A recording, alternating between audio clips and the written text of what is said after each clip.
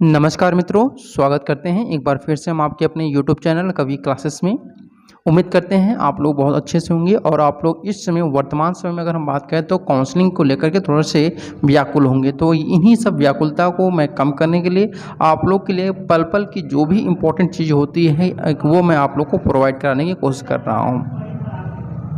मैं आप लोग का जो भी कार्य है पूरी ईमानदारी के साथ कर रहा हूं, लेकिन आप लोग मेरी जो कार्य हैं उसको पूरी ईमानदारी के साथ नहीं कर रहे हैं। आप लोग से मेरा बस एक ही कार्य होता है कि इस वीडियो को आपको लाइक करना है। देखिए 5000 के लगभग आप लोग का व्यूज है, यानी कि यहाँ पे लोग देख चुके हैं स्टूडेंट, और लाइक की संख्या कितनी, केवल 304 है। यानी आप लोग का अपना कार्य निकल जा रहा है। यानी ये कहावत होती है ना कि अपना काम बनता भाड़ में जाए जनता, तो वही यहाँ पे सार्थक सिद्ध हो रहा है कि आप लोग देख ले रहे हैं लेकिन लाइक नहीं कर रहे हैं। तो थोड़ा सा हमारे लिए भी सोच लीजिए, अगर कोई बंदा आपके लिए कर रहा है तो आप भी उसके लिए कुछ करेंगे, ठीक है। इसके अलावा आपका जो भी कमेंट होता है मैं सभी कमेंट का जवाब देता हूं। यहाँ पे देखिए 236 कमेंट है, मैं पूरी गारंटी के साथ कह सकता हूं कि 230 कमेंट का जवाब मैंने दिया होगा। आप लोग जाकर उसे देख भी सकते हैं। तो अब बात करेंगे हम अपने काउंसलिंग में कौन कौन से डॉक्यूमेंट इंपॉर्टेंट है उसके बारे में, ठीक है। तो देखिए ध्यानपूर्वक हम दो स्टेप में इसको बताएंगे, क्योंकि ऑनलाइन जो काउंसलिंग होगी उसमें आपके डॉक्यूमेंट क्या लगेंगे, और जब आप लोग को ऑनलाइन काउंसलिंग हो जाएगी, कॉलेज अलॉट हो जाएगा, तो उसके बाद कौन से डॉक्यूमेंट चाहिए ये मैं बताऊँगा आपको, ठीक है। देखिए सबसे पहले जो ऑनलाइन आप लोग काउंसलिंग कराएंगे तो उसमें क्या क्या चाहिए। तो पहला आपको डॉक्यूमेंट होना चाहिए, बैंक का अकाउंट डिटेल होना चाहिए, यानी बैंक का नाम होना चाहिए, आपका अकाउंट नंबर होना चाहिए, IFSC कोड होना चाहिए, ठीक है। और ये खास बात है कि ये स्टूडेंट के नाम पर होगा तो बेनिफिशियल। अगर बाई चांस अगर मान लेते किसी स्टूडेंट का नाम नहीं है, किसी स्टूडेंट का बैंक में खाता नहीं है, तो अपने पिताजी का या फिर माताजी का, ठीक है। यानी अगर फादर है तो फादर का अकाउंट लगा सकते हैं, अगर मदर का है तो मदर का अकाउंट लगा सकते हैं। अपने भाई बहन का अकाउंट नहीं लगा सकते हैं, ना ही अपने पति का अकाउंट जो है वह लगा सकते हैं, ठीक है। इन केस अगर माता पिता नहीं है तो फिर आप उस केस में अपने पति का अकाउंट नंबर लगा सकते हैं, ठीक है। इसके बाद यहाँ पे मैंने पहला अकाउंट आपको बताया डॉक्यूमेंट। सेकंड आपका है, दो ऑप्शन आपको मिलते हैं यहाँ पे।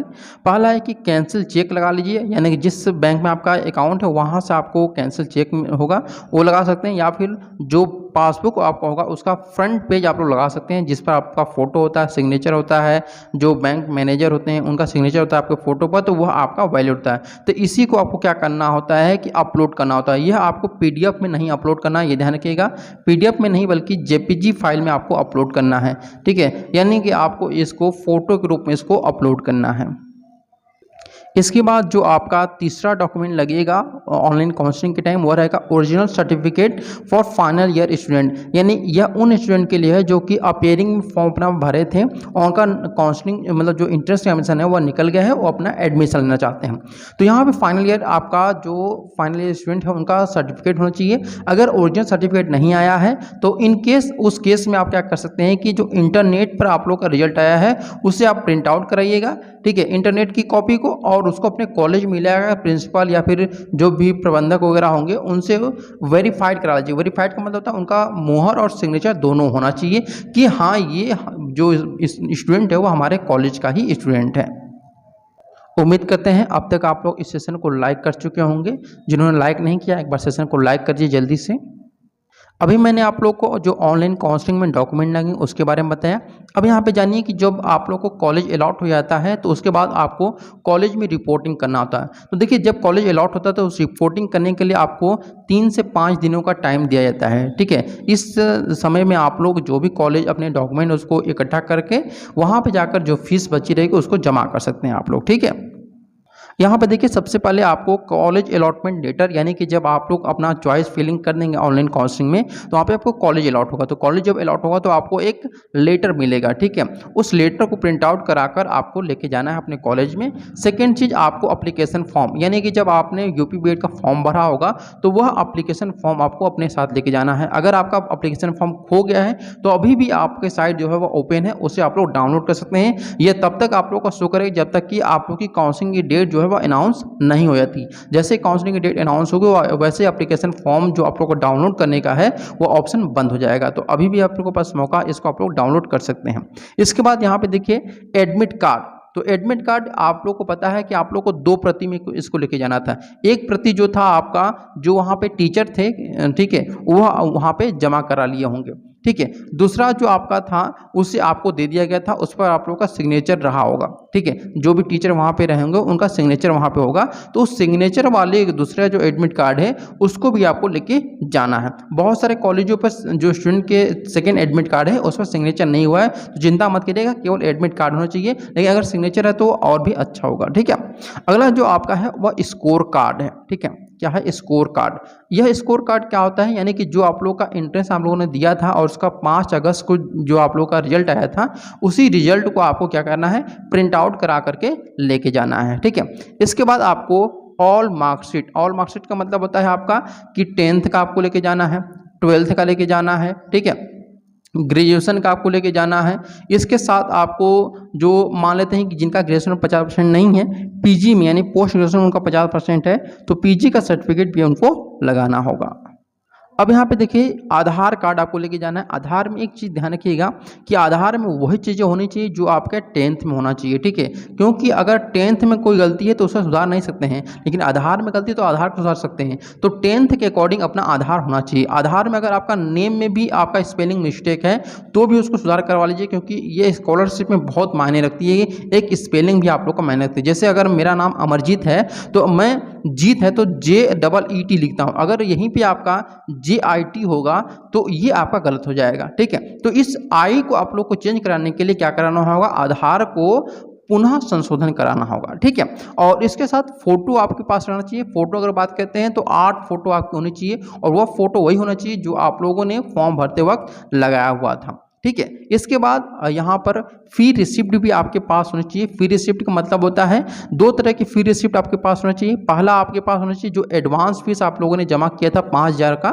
जो कि काउंसलिंग के टाइम वो, और इसके बाद जो आप लोगों ने क्या किया था कि जो फीस आप लोगों ने जमा किया, यानी कि एडवांस फीस के अलावा अलग से जो फीस आप लोगों को जमा करेंगे वह फीस भी आपके पास होनी चाहिए। यानी कि 2 फीस आपके पास होनी चाहिए, एक कॉलेज में जो आप लोग फीस जमा करें, एक एडवांस फीस जो जमा करेंगे, दोनों फीस, ठीक है। इसके बाद आपके पास आपका है यहाँ पर इनकम सर्टिफिकेट, कास्ट सर्टिफिकेट और रेसिडेंट सर्टिफिकेट, ये तीनों आपके पास होने चाहिए। और यहाँ ध्यान रखिएगा ये 3 जो हैं आपके कास्ट और रेसिडेंट, ये 3 साल से ज़्यादा पुराना ना होना चाहिए, और वहीं पे जो इनकम सर्टिफिकेट है वह 1 साल से मतलब पुराना नहीं होना चाहिए। अगर आपका इनकम सर्टिफिकेट सेंट्रल का है यानी 3 साल का है तो उसे आप एक बार इंटरनेट पे जा करके वहाँ पर चेक कर लीजिए कि वैलिड है कि नहीं है, तो भी वह कार्य कर लेगा अगर वैलिड होगा तो।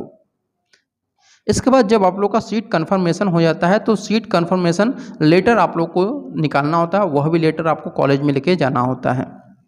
एक बात ध्यान रखिएगा यहाँ पर आप लोग कि जो भी मैंने अभी आपको बताया है जो डॉक्यूमेंट, उन सभी डॉक्यूमेंट का आपको 3 प्रति लेके जाना है। 3 प्रति का मतलब समझ रहे हैं आप लोग कि प्रत्येक डॉक्यूमेंट का 3-3 जीरोक्स कॉपी। जैसे अगर हम मान लेते हैं कि एडमिट कार्ड जो है तो इसका 3 कॉपी आपके पास एटलीस्ट होना चाहिए, ठीक है, ये ध्यान रखिएगा। और इसके अलावा जो भी चीज़ें कह सकते हैं ओरिजिनल फॉर्म में है तो वो ओरिजिनल भी आप लोग का लगेगा। जैसे अगर हम मार्कशीट की बात करते हैं तो मार्कशीट का 3 कॉपी तो आपको लगेगा ही, जैसे 10th का है तो 10th का 3 कॉपी लगेगा। इसके अलावा आपका जो 3 कॉपी लगेंगे वो 10th के जीरोक्स लगेगा। तो ये ध्यान आप लोग रखिए कि ओरिजिनल भी लेके जाना है आपको, और इसके साथ 3 कॉपी एक्स्ट्रा भी लेके जाना है।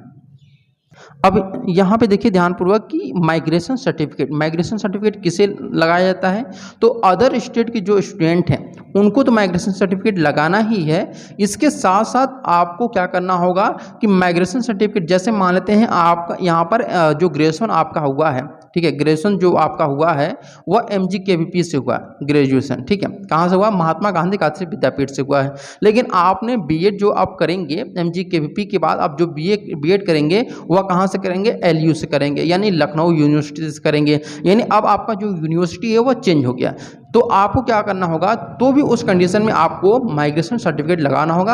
यानी एक यूनिवर्सिटी से यदि ग्रेजुएशन आपका दूसरी यूनिवर्सिटी से और बीएड आप दूसरी यूनिवर्सिटी से कर रहे हैं तब आपको वहाँ पे माइग्रेशन सर्टिफिकेट लगाना होगा। इसके बाद आपको TC लगेगा, और TC पे आपका काउंटर साइन होना बहुत जरूरी है, बिना काउंटर साइन का वह वैलिड नहीं होता है। ठीक है, ये ध्यान रखिएगा। और टीसी कभी भी आप लोग जमा कर सकते हैं, 2 साल के जो कोर्स था उसके अंतर्गत, उसमें कोई बाउंडेशन नहीं होता है। वहाँ पे जाके आप लोग एप्लीकेशन फॉर्म भी दे सकते हैं। मान लेते हैं किसी के पास टीसी माइग्रेशन नहीं है तो कॉलेज में जा करके एप्लीकेशन दे सकते हैं, सर हम इस दिन में यानी कि 30 दिनों में अपना जमा कर देंगे, तो वो आपको छूट प्रदान कर देते हैं। इसके बाद आपका कैरेक्टर सर्टिफिकेट लगता है। कैरेक्टर सर्टिफिकेट आपको कॉलेज के जहाँ से आपने ग्रेजुएशन किया वहाँ से आपको मिलेगा। और बहुत सारे ऐसे छात्र भी हैं जिनका कि गैप है, ठीक है। मान लेते हैं कि किसी ने 2020 में अपना ग्रेजुएशन किया और 2022 में अपना क्या कर रहा है यहाँ पर कि बीएड करना चाहते हैं, तो उस कंडीशन में आपको गैप सर्टिफिकेट भी लगाना होगा। इसके अलावा स्पोर्ट्स सर्टिफिकेट भी लगाना होगा, स्पोर्ट्स सर्टिफिकेट, या फिर जिनको भारांक मिला हुआ है।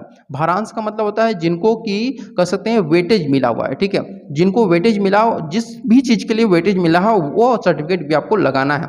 जैसे आपने योगा का लगाया तो योगा का लगाना होगा, या क्रिकेट का लगाया तो क्रिकेट का, या फिर एनएसएस का लगाया, एनसीसी का लगाया, तो किसी का भी लगाया, स्वतंत्रता सेनानी का लगाया, तो उन सभी चीज़ों का आपको स्पोर्ट्स सर्टिफिकेट भी का जो सर्टिफिकेट वो लगाना होगा आपको। इसके अलावा मेडिकल सर्टिफिकेट भी आपको लगाना हो। मेडिकल सर्टिफिकेट केवल उनके लिए है जो कि पीडब्ल्यूडी कैंडिडेट हैं, या फिर जिसको हम लोग पीएच कैंडिडेट के नाम से भी जानते हैं।